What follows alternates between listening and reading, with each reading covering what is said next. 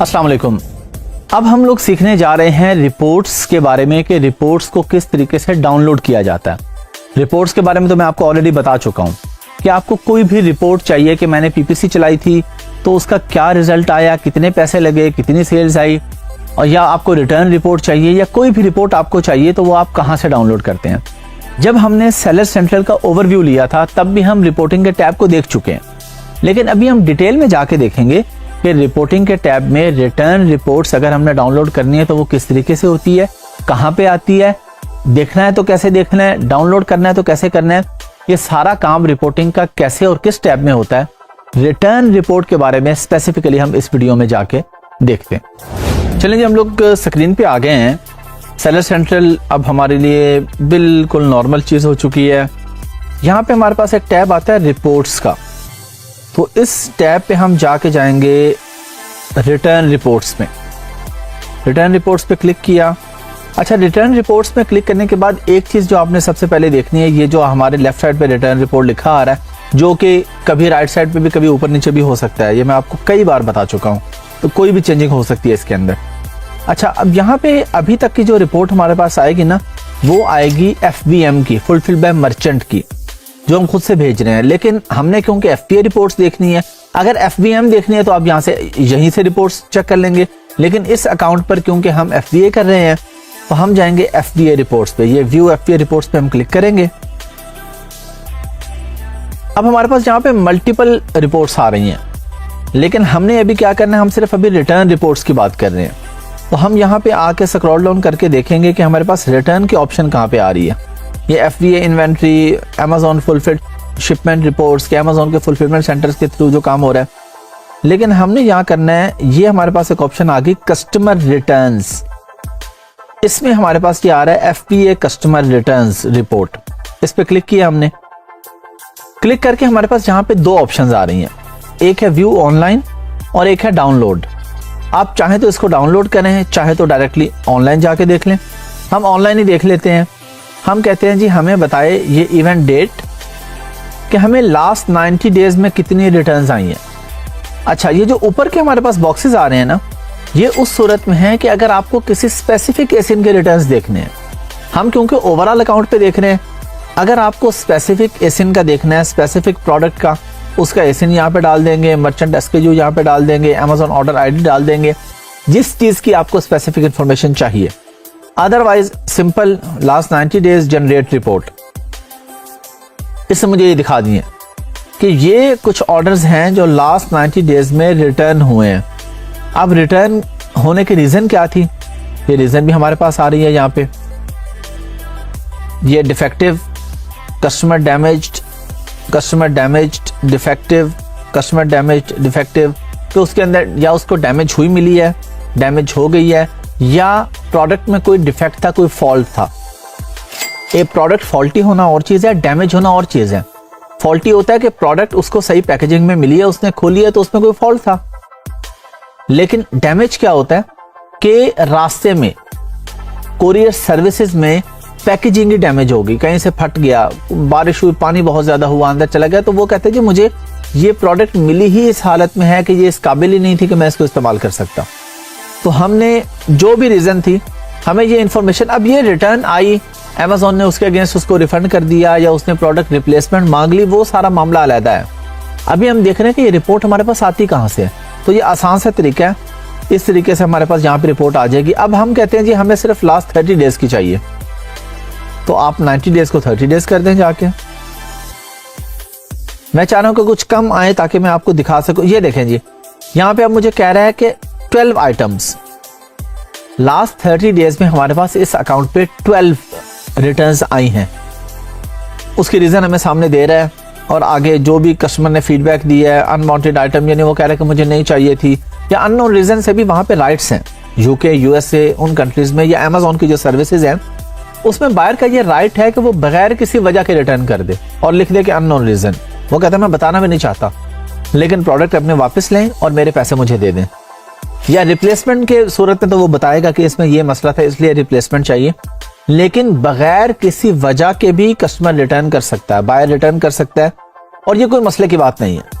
बहुत से ऑर्डर्स में से अगर 0.1 या 0.1 या 0.5 या इवन 1% तक रिटर्न्स आ भी जाती हैं तो कोई मसले की बात नहीं है। लोगों का राइट भी होता है, कहीं प्रोडक्ट में प्रॉब्लम भी आ जाती है, कोई भी मसला हो सकता है। तो रिटर्न रिपोर्ट्स आप आसानी से यहाँ से डाउनलोड कर सकते हैं जितने दिन की आपको चाहिए। ये मैं अभी देख रहा हूँ रिटर्न रिपोर्ट। आप कहते हैं जी मुझे डाउनलोड करनी है, तो ये डाउनलोड पे आएंगे आप। डाउनलोड पे आके आप जितने दिन की आपको चाहिए, 30 डेज की या एग्जैक्ट डेट्स की, आप रिक्वेस्ट कर देंगे डाउनलोड की। ये अभी कह रहा है जी इन प्रोसेस है। अभी थोड़ी देर में इसको हम रिफ्रेश करेंगे तो ये रिपोर्ट हमारे पास रेडी हो जाएगी। हम इस पेज को रिफ्रेश कर लेते हैं। अभी इन प्रोग्रेस है, कुछ ही देर में रिपोर्ट रेडी हो जाएगी। जिस तरह इसके नीचे एक आ रही है, अभी कुछ देर पहले मैंने की थी, इसके नीचे एक आ रही है, ये भी रेडी हो गई है। ये देखें जी इन प्रोग्रेस की जगह डाउनलोड लिखा आ गया। अब हम इसको डाउनलोड कर लेंगे एक्सेल की फाइल को और डाउनलोड करके अपने रिकॉर्ड में रख लेंगे। हमें वैसे तो नॉर्मली आप इसको ऑनलाइन भी देख लें तो आपका सारा काम हो जाता है। प्रॉफिट एंड लॉस तो सारे वो चीज़ें आप वैसे कैलकुलेट कर रहे होते हैं, कोई आपका सॉफ्टवेयर या टूल साथ लगा होता है। लेकिन वही चीज़ जो मैंने ऑनलाइन देखी थी वो यहाँ अगर मैंने डाउनलोड करके अपने पास रखनी है तो इस तरह से डाउनलोड करके अपने पास भी आप रख सकते हैं।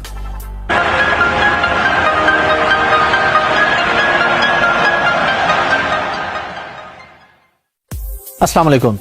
हम लोगों ने इतना सारा काम सीखा है, अब कहीं ना कहीं हमें प्रॉब्लम भी आ सकती है। हमने अपनी लिस्टिंग क्रिएट की, लिस्टिंग बनाई, वो शो नहीं हो रही, हमारी पिक्चर्स नजर नहीं आ रही, हमने पीपीसी ऐड चलाया वो नहीं चल रहा, कोई ना कोई प्रॉब्लम कहीं ना कहीं हो सकता है। तो उसका सोल्यूशन क्या है? उसका सोल्यूशन ये होगा कि हम अमेज़न के साथ केस ओपन करेंगे, अमेज़न को बताएंगे कि हमें ये मसला आ रहा है, अमेज़न हमें उसका सोल्यूशन देगा।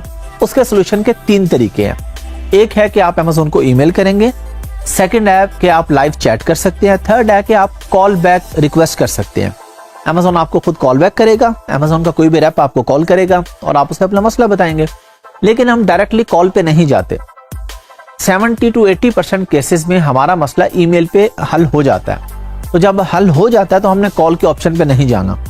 और वैसे भी इसमें कोई ऐसी घबराने की बात भी नहीं है। अगर आपकी इंग्लिश कोई बहुत अच्छी नहीं है, आप सिर्फ अगर इंग्लिश का गुजारा भी कर लेते तो आप कॉल पे गुजारा कर लें तो वो काफ़ी है। आपको कोई फ्लुएंट इंग्लिश नहीं चाहिए कॉल पे बात करने के लिए, लेकिन ज़रूरत नहीं है। ईमेल पे मसला हल हो जाएगा, अदरवाइज लाइव चैट पे हो जाएगा। बहुत रेयर केसेस में होता है कि आपको कॉल पे जाना पड़े, बल्कि मैं ऐसे स्टूडेंट्स को, ऐसे वीएस को जानता हूं जिनको कई साल हो गया काम करते हुए और कभी भी उन्हें कॉल पे नहीं जाना पड़ा। तो ये कोई ऐसी बात नहीं है, सिर्फ आपको ऑप्शंस का पता होना चाहिए। वहीं हम स्क्रीन पे चलते हैं, चल के देखते हैं कि अमेज़न के साथ किसी भी मसले की सूरत में हम केस कैसे ओपन करेंगे। चलिए हम लोग स्क्रीन पे आ गए हैं। यहाँ पे हमने क्या देखा, सेलर सेंट्रल पे हमारे पास एक ऑप्शन आ रही है, ये टॉप राइट पे हेल्प की। ये ऑप्शन जब आप ये वीडियो देख रहे हो तो कहीं और भी हो सकती है। अच्छा, हेल्प पे आने के बाद हमने ये नीचे हमारे पास एक ऑप्शन आ रही है गेट सपोर्ट, हमने इस पे क्लिक किया। अब इस पे 2 ऑप्शन आ रही हैं कि अगर आपको स्टोर के नाम से या स्टोर से रेलिवेंट कोई प्रॉब्लम है या पीपीसी से रेलिवेंट है तो नीचे, अगर लिस्टिंग के हवाले से या कोई भी और प्रॉब्लम है तो ये ऊपर की ऑप्शन हमारे पास आ रही है। यहाँ पे हम लोग आएंगे और यहाँ पे आके हम ये नीचे वाली ऑप्शन पे जाएंगे कि हमारे पास ऑप्शंस आ जाएं कि हमारे जो मसले आ रहे हैं उसके रेलिवेंट हमें यहाँ पे शो क्या कर रहा है ये। अच्छा, हम कहते हैं जी प्रोडक्ट लिस्टिंग और इन्वेंट्री लिस्टिंग नॉट एक्टिव। ये हम एग्जांपल ले रहे हैं ना, fix a product page, change a products category, कि आप चाहते हैं जी कैटेगरी चेंज करनी है, आपने गलती से गलत कैटेगरी में लिस्टिंग क्रिएट कर दी थी। ये मैंने आपको लिस्टिंग क्रिएशन में सिखाया है कि कैटेगरीज या सब कैटेगरीज क्या होती हैं। तो हमने कहा जी लिस्टिंग नॉट एक्टिव। उसके बाद हमने कहा जी कॉन्टैक्ट अस, यानी हम डिटेल में जाना चाह रहे हैं। अब डिटेल में चले गए, यहाँ पे हमने अपना इशू डिस्क्राइब किया बड़े बेहतरीन तरीके से। पहले ग्रीटिंग्स लिखा, या ग्रीटिंग्स ही बेहतर रहेगा क्योंकि गुड मॉर्निंग, गुड आफ्टरनून हमें पता नहीं है कि हमारी ईमेल किस वक्त देखी जा रही होगी। ग्रीटिंग्स लिख के अपनी पूरी बात लिख के नीचे thank you, your usual support in this matter will be highly appreciated, या इस तरह की कुछ अच्छी सी लाइंस आपने लिखनी है। लिखने के बाद आपने ये ईमेल के ऑप्शन पे क्लिक करके अपना ईमेल एड्रेस यहाँ पे लिखना है, जो भी आपके अकाउंट का ईमेल एड्रेस है, कोई और नहीं। अकाउंट का ईमेल एड्रेस अपने यहाँ पे लिख दिया आपने। ऐड सीसी में करके आप कोई और भी ईमेल एड्रेस लिख सकते हैं। उसके बाद आपने ये सेंड कर देनी है। अगर तो इशू बहुत इंपॉर्टेंट है, कोई बहुत ही ज़रूरी या कोई ऐसा मसला है कि जिससे लॉस हो सकता है या कोई प्रॉब्लम हो सकती है या आपकी सेल्स रुकी हुई है, कोई मसला है अर्जेंट है, तो तो आपने इस पे क्लिक कर देना, ये जो बॉक्स आ रहा है, ये रेड कलर का साथ प्लस का साइन आ रहा है, फिर आपको अमेज़न अर्जेंट रिप्लाई करेगा, लेकिन बिला वजह इस पे नहीं क्लिक कर देना। ये मसला ऐसा नहीं है, लेकिन आपके मुझे अर्जेंट रिप्लाई चाहिए, जहां पे अर्जेंट चाहिए जरूर हम इसको सेलेक्ट करेंगे। ये लास्ट पे चैट की ऑप्शन है, यहाँ पे अगर चैट नाउ पे क्लिक करेंगे तो हमारे पास एक नई विंडो खुल जाएगी जहाँ पे हम लाइव चैट कर सकेंगे। लाइव चैट की भी हमें मोस्टली जरूरत नहीं पड़ती, पहले मसले में ईमेल में हमारा मसला हल हो जाता है। और लास्ट एक ऑप्शन हमारे पास फोन कॉल की भी है, अपना नंबर देंगे आप यहाँ पे और उसके बाद कॉल मी नाउ पे क्लिक करेंगे तो थोड़ी देर में आपको कॉल बैक आ जाएगी। अब यहाँ पे एक मसले की बात है, आप कहें जी मैं तो पाकिस्तान में हूँ तो मुझे कॉल कैसे आएगी, पाकिस्तानी नंबर पे आएगी, यूके के नंबर पे आएगी? तो टेक्स्ट मी एक ऐप है, उसको आप लोग डाउनलोड करके 10 या 12 डॉलर में एक यूके का या यूएसए का नंबर खरीद सकते हैं 1 साल के लिए। उस नंबर पे आपको कॉल भी आएगी, आप उसे कॉल कर भी सकते हैं, उस पर आप व्हाट्सएप वगैरह भी बना सकते हैं। तो अगर आप अपना अकाउंट चला रहे हैं, अपना काम कर रहे हैं और आप चाहते हैं कि आपके पास एक लोकल नंबर भी हो जिस मार्केट में आप बेच रहे हैं, तो और इस तरह की बहुत सी ऐप्स हैं, आप ढूंढ सकते हैं, किसी भी ऐप पे ये काम कर सकते हैं। अच्छा, अब हमने कहा जी हमने ईमेल कर दी, कुछ लिख दिया और ईमेल सेंड कर दी। अब ये हमारे पास ईमेल शो कहाँ पे हो रही होगी? तो ये हमारे पास केस लॉग आ रहा है, ये ऊपर केस लॉग की ऑप्शन आ रही है। यहाँ पे हमारे पास वो सारे केसेस आ रहे हैं इस अकाउंट पे, क्योंकि हमने पहले से कुछ केसेस ओपन किए हुए हैं।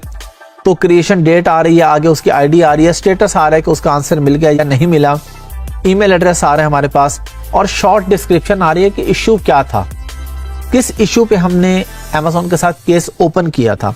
ये व्यू करेंगे तो हमारे पास इसकी मजीद डिटेल भी आ जाएगी कि हमने इसमें क्या क्या लिखा था, अमेज़न ने क्या रिप्लाई किया, ये सारी चीज़ें हमारे पास यहाँ पे शो हो जाती हैं। तो बहुत सिंपल है, कोई भी मसला होगा सिंपली हेल्प पे जाके, सपोर्ट पे जाके केस ओपन कर देंगे, केस के रिप्लाई आपके पास केस लॉग में शो हो रहे होंगे। केस लॉग भी हमारे पास यहीं पे हेल्प के अंदर जाके ये केस लॉग आ रहा है। चाहे आप अभी मजीद गेट सपोर्ट और अगले पेजेस पे जाने की जरूरत नहीं है आपको, वो जब आपने केस खोलना है तब जाना है। जो केस का रिकॉर्ड आपने चेक करना है वो सिंपली हेल्प पे जाके केस लॉग पे क्लिक किया तो हमारे पास सारे केसेस यहाँ पे शो हो जाएंगे। चलिए जी, आप लोगों ने सीख लिया कि केस कैसे खोलते हैं अमेज़न के साथ। कोई भी प्रॉब्लम हो आप सिंपली यहीं पे जाएंगे, हेल्प पे जाएंगे और अमेज़न के साथ अपना केस ओपन कर लेंगे।